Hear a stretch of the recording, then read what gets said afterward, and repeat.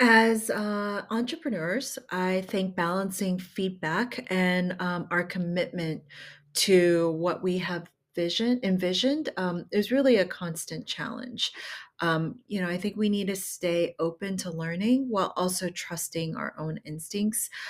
This is something that I constantly struggle with, but I think the key is to know which feedback to embrace and which ones to let go. Okay. And so some tips and some thoughts, right? First is really thinking and realizing that feedback is a gift. I think it's easy to get defensive when someone critiques our work or gives us something that we don't want to hear, but really feedback, especially the right kind, is a gift, and it gives you a chance to refine, improve, and see blind spots that you may have missed. And by the way, when you accept feedback, oftentimes we want to explain ourselves when somebody gives us feedback.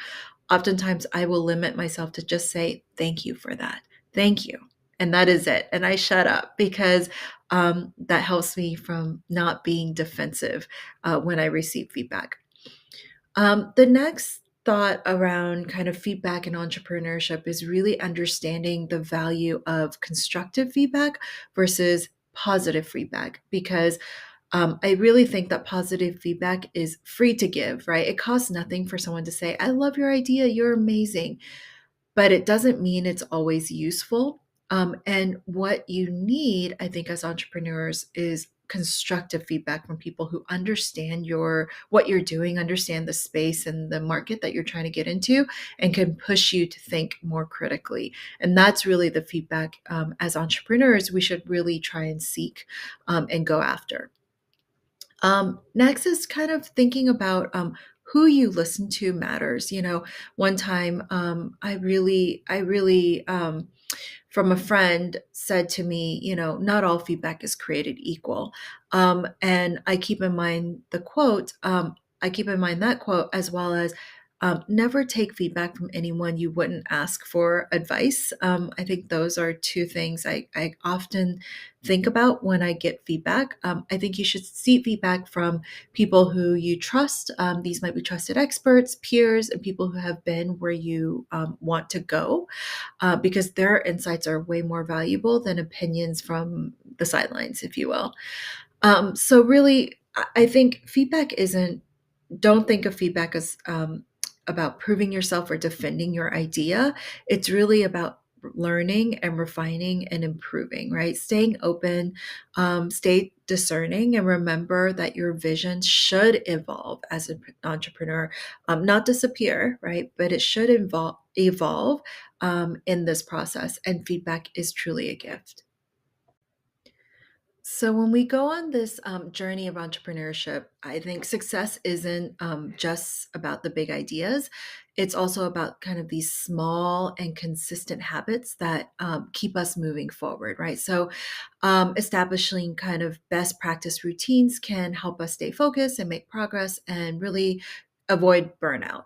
And I think now that we hopefully have a good understanding of why it's important to engage your potential clients and customers early and gather feedback, let's put some of that into action. Let's create some habits for you.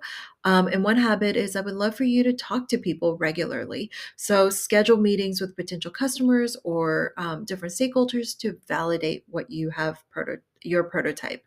I think aim to get some concrete, specific, and constructive feedback that I think can really help you move and improve your idea. And don't just rely on kind of digital feedback. Face to face or Zoom calls or video calls, I think, can reveal nuances that surveys don't necessarily always capture, or emails don't necessarily always capture. Also, I think it would be helpful to document your findings, analyze them, be ready to iterate your idea. I think the real world validation is really crucial for refining what it is you're offering and make it easier for you to build your business. So, perhaps maybe it's booking, actually scheduling 5 to 10 meetings for the next couple of weeks. Don't just reach out to people, but actually get these meetings booked, and start getting feedback. And then finally, I think no one builds a business alone. Entrepreneurship is lonely enough already, and we don't actually truly do it alone. So if you found a routine that works, or if you found something that works in terms of getting feedback or just anything along this journey, please share it with the community. Please share it with the entrepreneur educator to entrepreneur community, because your insight and what you've learned might be exactly what somebody else needs to hear. So thank you and see you in the community.